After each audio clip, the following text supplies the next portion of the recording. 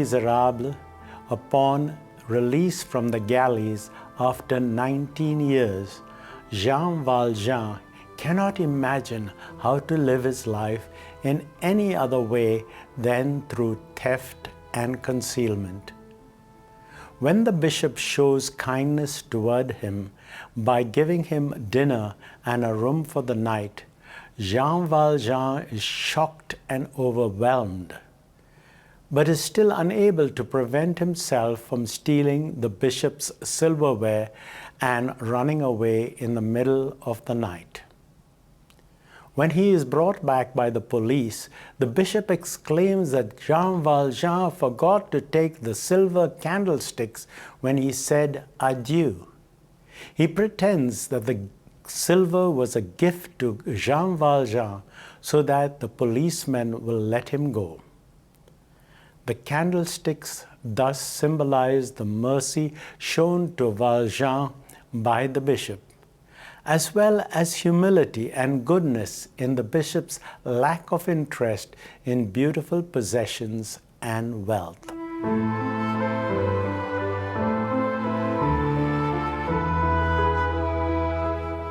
Jesus saw potential in Judas, but Christ was not naive. He gradually noticed the direction in which Judas was heading.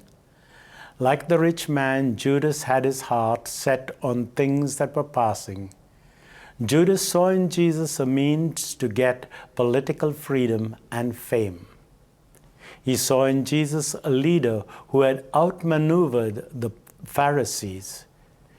Judas decided to push the envelope. He would betray Jesus, thinking that Jesus would outwit his captors as he did before. Jesus' love for Judas was right to the end. Christ gave him a warning at the Last Supper. In John's account of the Passion, when Judas came to betray Jesus with a kiss, Jesus preempted this act by asking the soldiers, "Whom are you seeking?" When they said, "Jesus," he replied, "I am he." Judas was not forced to betray the Lord with a kiss. Jesus loved Judas to the end. When two friends fight, a coldness often sets in between them. Communication can be broken. Reality tells us that the rift is healed often by the victim rather than the one who has caused the harm, pain, or hurt. It is when a person loves and reaches out in love that peace is possible. Now, there are some hurts that demand justice, and emotionally we may want retribution. Love, however, knows that the damage will not be undone. Love is content to leave justice in the hands of the law and in the hands of God. As we discussed yesterday, it is not always possible or perhaps wise to forgive and forget. The path to reconciliation is a different one than the call in the gospel to offer forgiveness to those who have hurt us. Reconciliation requires two or more people, while forgiveness only involves you and your decision to forgive.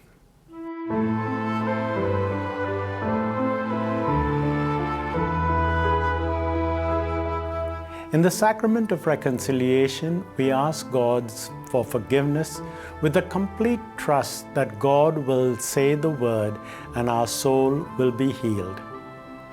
How do you feel when you have been absolved by God of your sins? When you have offered forgiveness, especially for things you cannot forget, how has that made you feel? What has made reconciliation with another person possible or not possible? Please join us in this prayer of love to the Holy Family for the 4th week of Advent. Jesus, Mary, and Joseph, in you we contemplate the splendor of true love. To you we turn with trust. Holy Family of Nazareth, grant that our families too may be places of communion and prayer, authentic schools of the gospel, and small domestic churches. Holy Family of Nazareth, may families never again experience violence, rejection, and division. May all who have been hurt or scandalized find ready comfort and healing. Holy Family of Nazareth, make us once more mindful of the sacredness and inviolability of the family and its beauty in God's plan. Jesus, Mary, and Joseph, graciously hear our prayer. Amen.